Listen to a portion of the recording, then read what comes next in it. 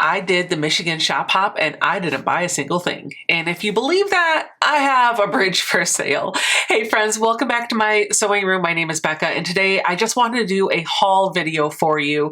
I visited my sister in the month of June up in Michigan and we did the all Michigan shop hop. No, we did not hit all of the stores. Honestly, I've even lost count of the ones that we did get to, but I challenged myself in every single store to pick up a notion, and it couldn't just be any notion. It had to be a notion that I felt like solved a problem. And so what I'm going to do today is show you all of the notions that I bought and kind of demonstrate or talk about how you could use them in your sewing room. So let's get started. This is my haul and it's a lot. As I said, I picked up a notion from every single shop that I went to on the shop hop, maybe even a couple. And I want to go through each one of these items with you one at a time. So settle in and let's get started. This is the Creative Grids 60-degree triangle ruler, and I picked this up from Linda's Country Stitches because I want to do a one block wonder, and the way that she did it, she used a ruler just like this. So I thought this would be super helpful. There is a QR code that you could pause the video and scan with your phone if you want to see Creative Grids doing a demo of the ruler. But essentially, you can take a strip set, lay it out, press it, and then use these lines on your ruler to adjust your ruler, make sure that you've got the right measurement down. And when you take a slice here and a slice here, you're making that 60-degree triangle. Now it is Creative Grids, so it's not as slip proof as a Quilter Select ruler, but there are a couple of dots on the back of the ruler that are kind of a little bit texturized and helps the ruler from sliding around just a little bit. I would love it if Creative Grids made something like this, but there are tools that you can buy on the market to spray on the back of your ruler to make them anti-slip. This is the So Easy finger thing, and I love this. There are a lot of different uses that you can use for it.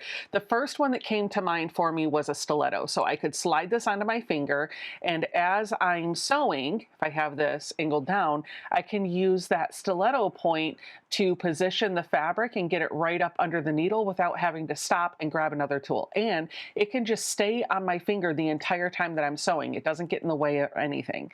I can also use it for pressing. I can use this to press seams open. I could use this to help bond the iron-ons that I might never do because I don't really work with them, but if you did, you could use this. But I can also use this for tacking down fabric to EPP pieces. So when you're doing EPP and you're gluing the fabric onto the back, I hate that because I get glue on my finger. And so I feel like if I just took the line of glue, put it on the back of the cardstock and use this to push it over and smooth it down, it's going to get the glue on this, which I can wash off later and not on my finger, which I absolutely love.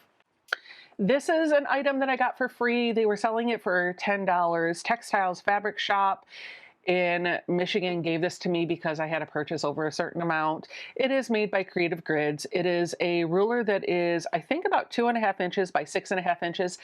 I already have one that I love, so I'll probably put this in a future giveaway.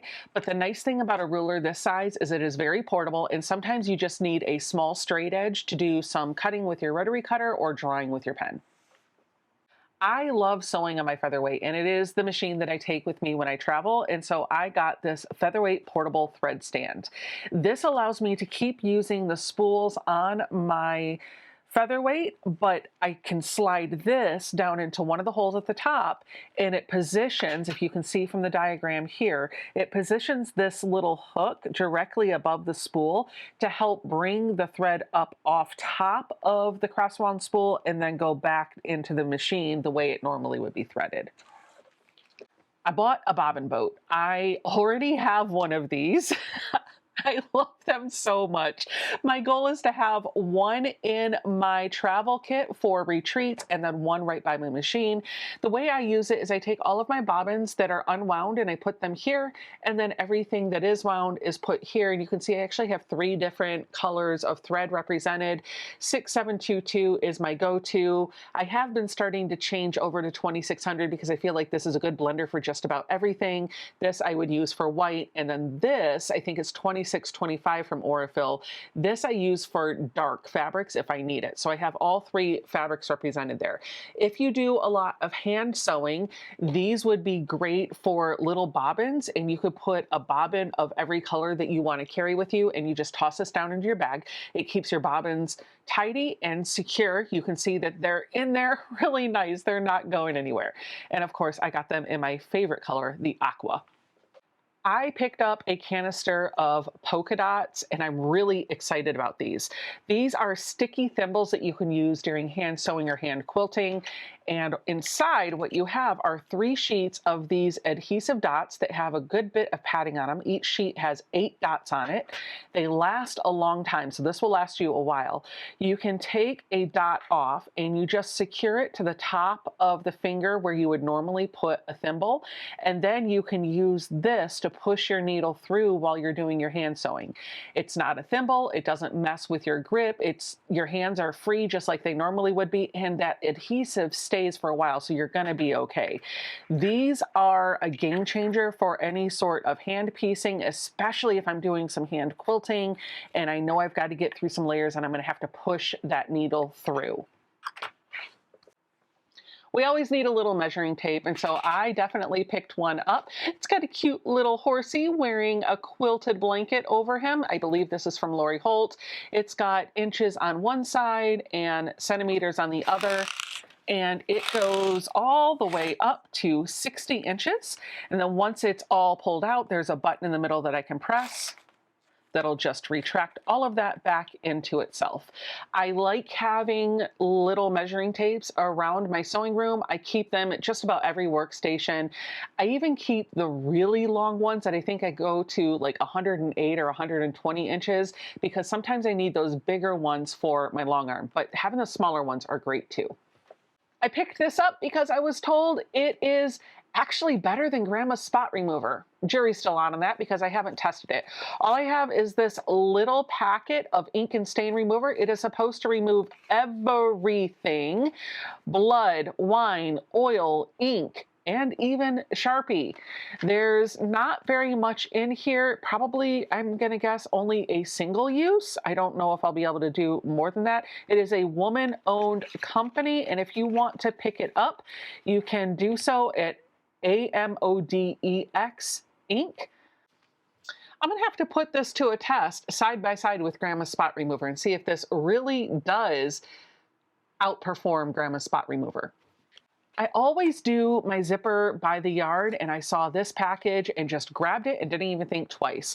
This is 3 yards of zipper tape with 9 pulls. It is Tula pink hardware, so it's got that really pretty pink for the teeth and the zipper pull, and the fabric, the zipper tape on this is my favorite print from Floral Reef by Tula Pink. So I've got 3 yards of zipper tape, 9 pulls, and that cost me 30 bucks, so I'll take it.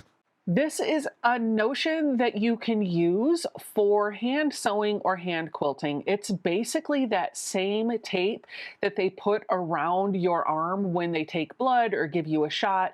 You know, it's that sticky tape that kind of sticks to itself that they use in place of bandages now. They put a piece of gauze down there and wrap it around. You'll know exactly what I'm talking about as soon as you see this. Just like that. This is it.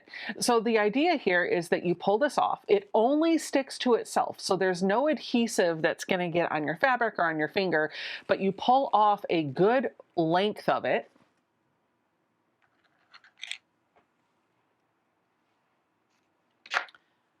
And then you find the finger that you're going to put your thimble on, or you would put your thimble on, and you just wrap this around several times. The more you wrap it, the better your protection will be. And then you can kind of form it to fit your finger, just squeeze down like this. And now you've got a thimble on your finger. It's not going anywhere.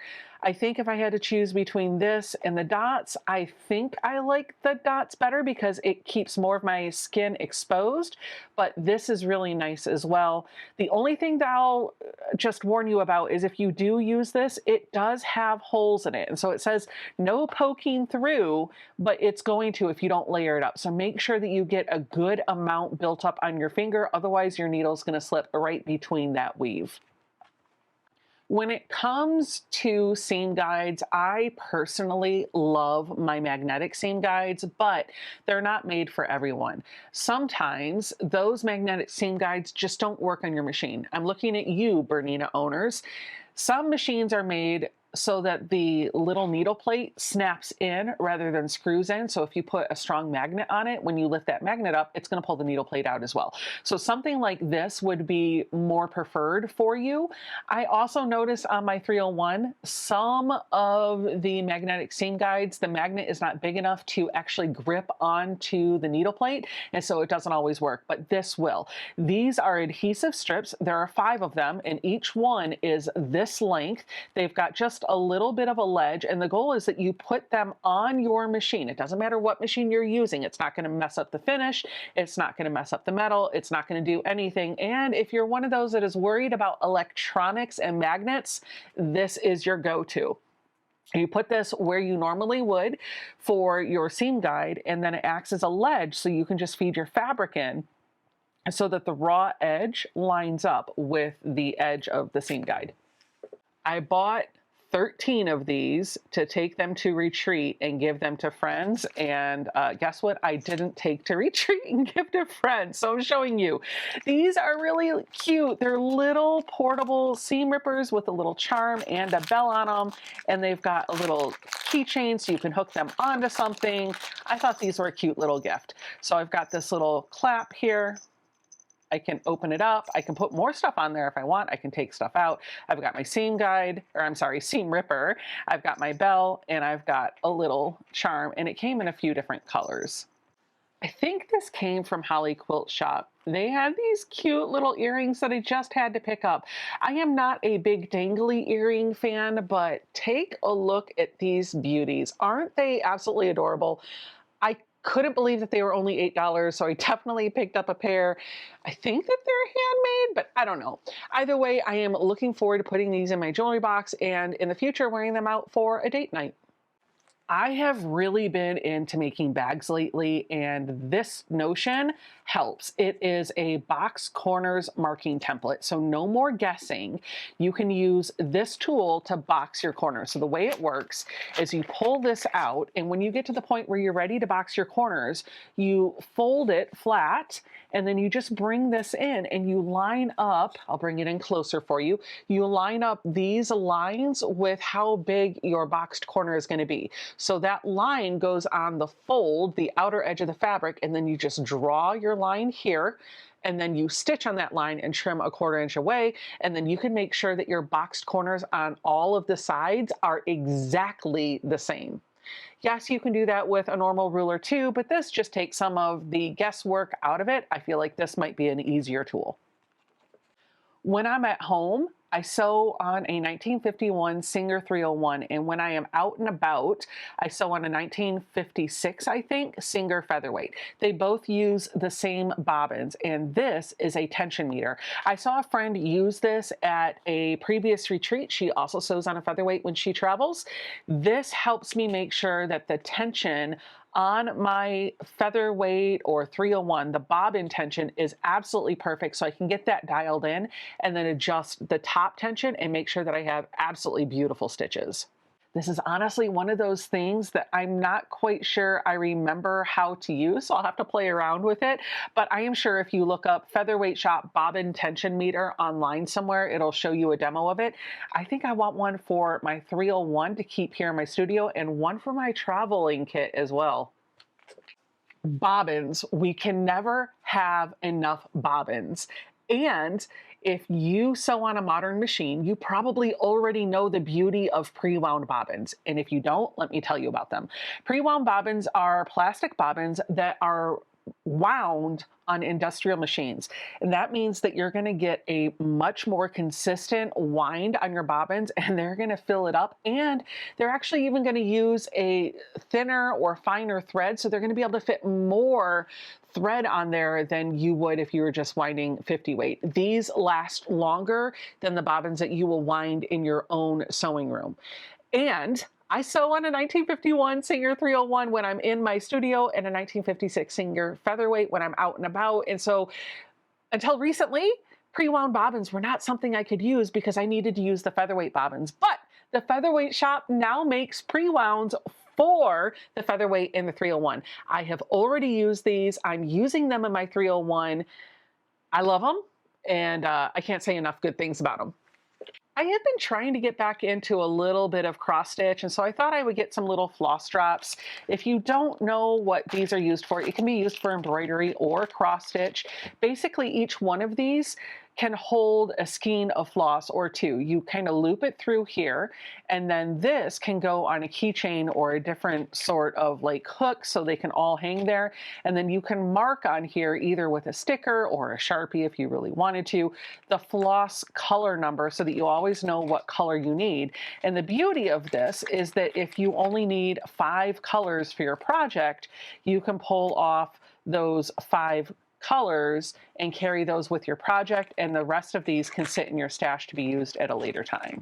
This little package cost me $12, and it looks like there are 8 total colors. Each color has 3 mittens in them, so you get a total of 24 floss drops. We'll say they are made of plastic. They're thin, so they're not super bulky, but they're pretty sturdy. They'll hold up over time. I thought this seam ripper would be good for my hand sewing kit.